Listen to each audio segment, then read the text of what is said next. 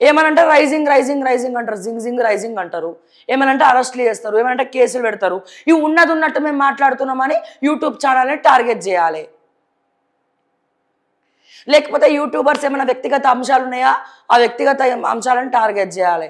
ఇది తప్ప ఇంతకు మించి చేసేది ఏం లేదు. ఎవడిళ్ళ వాళ్ళు చింతపండు పులిహార వేసుకొని కూర్చుంటున్నారు. సో అందుకే చెప్తున్నా, తెలంగాణ రాష్ట్ర ప్రభుత్వం కుప్పకూలబోతుందా అంటే ఎక్కడ చూసినా కుప్ప కూరడమే కనబడుతుంది తప్ప ఫెవికాల్ పెట్టి అతకబెట్టే బంధం ఏడా కనబడతలేదు. ఆర్థిక వ్యవస్థ బట్టి విక్రమార్క తెలివితేటల వల్ల ఆర్థిక వ్యవస్థ మొత్తం భ్రష్టు పట్టిపోయింది, సర్వనాశనం అయిపోయింది. సరే తిడదాం, కేసీఆర్ని తిడదాం, కేసీఆర్ని తిడితే మంచిగా వస్తుంది. మేము కూడా తిట్టినాం, కేసీఆర్ హయాంలో ఉన్నప్పుడు తిట్టినాం. ఇంకా ఎన్నిసార్లు తిట్టాలి ఆయనని? ఇప్పుడు లేడు కదా అధికారంలో. ఇప్పుడు వాస్తవానికి వాళ్ళ కాంగ్రెస్ పార్టీ కానీ బీజేపీ కానీ ఏం చెప్పింది?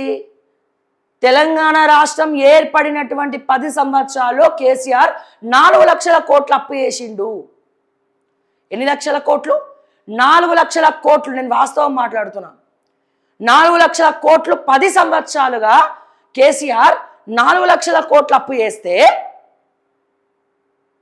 కాంగ్రెస్ ప్రభుత్వం 2 సంవత్సరాల్లో 2.5 లక్షల కోట్లకు పైగా అప్పు చేసింది.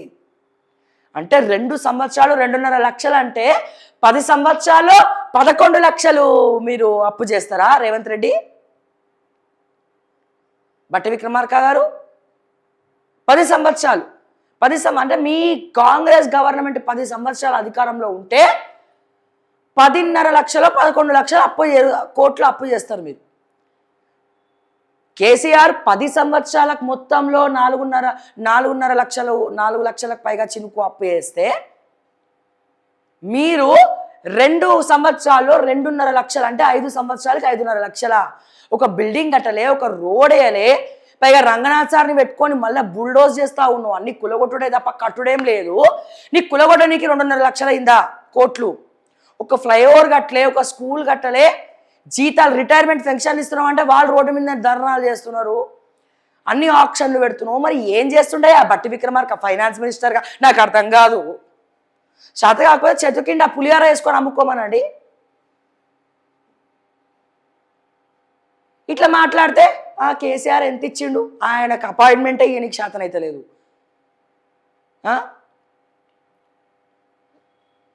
పీష్నా సంఘానికి ప్రధాన అధ్యక్షులు ఇస్తారా వాళ్ళు ₹1? అధికారం ఉన్నప్పుడే ఎవరికి ఏం చేయలే, లేనప్పుడు చేస్తాడా? ఇక అనేటోళ్ళు మస్తు అంటారు. కానీ ఇక్కడ ఒక విషయం చెప్పాలి. నేను ఎందుకు చెప్తున్నా, వాస్తవాలు మనం మాట్లాడుకోవాలి కదా. 4.5 లక్షలు కేసీఆర్ అప్పు చేస్తే 4.5 లక్షల కోట్లు అప్పు చేసినప్పుడు ఏదో ఒకటి కనబడ్డాయి. రోడ్లు కనబడ్డాయి, ఫ్లైఓవర్లు కనబడ్డాయి, అక్కడ స్టీల్ బ్రిడ్జ్ కనబడ్డాయి, హైదరాబాద్లో రోడ్లు, అక్కడ కోకాపేట నానక్రామ్ కూడా, ఇవన్నీ పోను. మళ్ళీ ఏంది, కోవిడ్ టైంలో ఖర్చు పెట్టిండ్రు, ఏ మాట కామాట చెప్పుకోవాలి, చాలా బాగా మేనేజ్ చేసారు కోవిడ్లో, అదొకటి. తర్వాత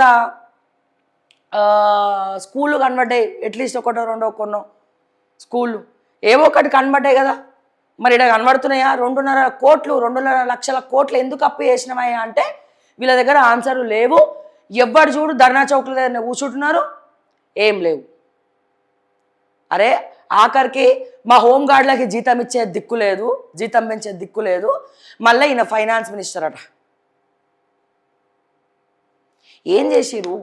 10 సంవత్సరాల మొత్తంలో బీఆర్ఎస్ పార్టీ మీకు 4.5 లక్షల కోట్లకు అప్పు చేస్తే దాంట్లో ఏదో ఒక బ్రిడ్జ్ కనబడుతుంది, కాళేశ్వరం కనబడుతుంది, మిషన్ భగీరథ ఏదో కనబడుతుంది, రోడ్లు కనబడుతున్నాయి, డ్రైనేజీలు కనబడుతున్నాయి, స్కూళ్ళు కనబడుతున్నాయి, బిల్డింగ్లు కనబడుతున్నాయి, సెక్రటేరియట్ కనబడుతుంది, ఇంకేదో కనబడుతుంది, యాదగిరి గుట్ట కనబడుతుంది. మరి ఈ 2.5 లక్షల కోట్లు 2 ఏళ్ళుగా ఈడేం కనబడుతుందని అడుగుతున్నా నేను.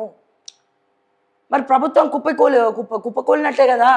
ఈ 2.5 లక్షల కోట్లను ఈ రాబందులు, తెలంగాణ మంత్రులు, ముఖ్యమంత్రి అన్నదమ్ములు వీళ్ళందరూ కలిసి దోచుకోవట్లేదా నేను అడుగుతున్నా. ఈ రోజున దోచుకోవట్లేదా?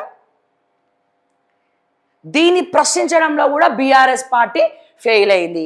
ఏమనంటే సొంత సోషల్ మీడియాని పెట్టుకొని వన్ సైడ్ ఒకటే డప్పు, మీ డప్పుల పాడుగాను. తుప్పదిలించే మాటలు మాట్లాడంటే డప్పు కొట్టించుకుంటారు. డప్పు కొట్టించుకొని ఫెయిల్ అయ్యారు అక్కడ.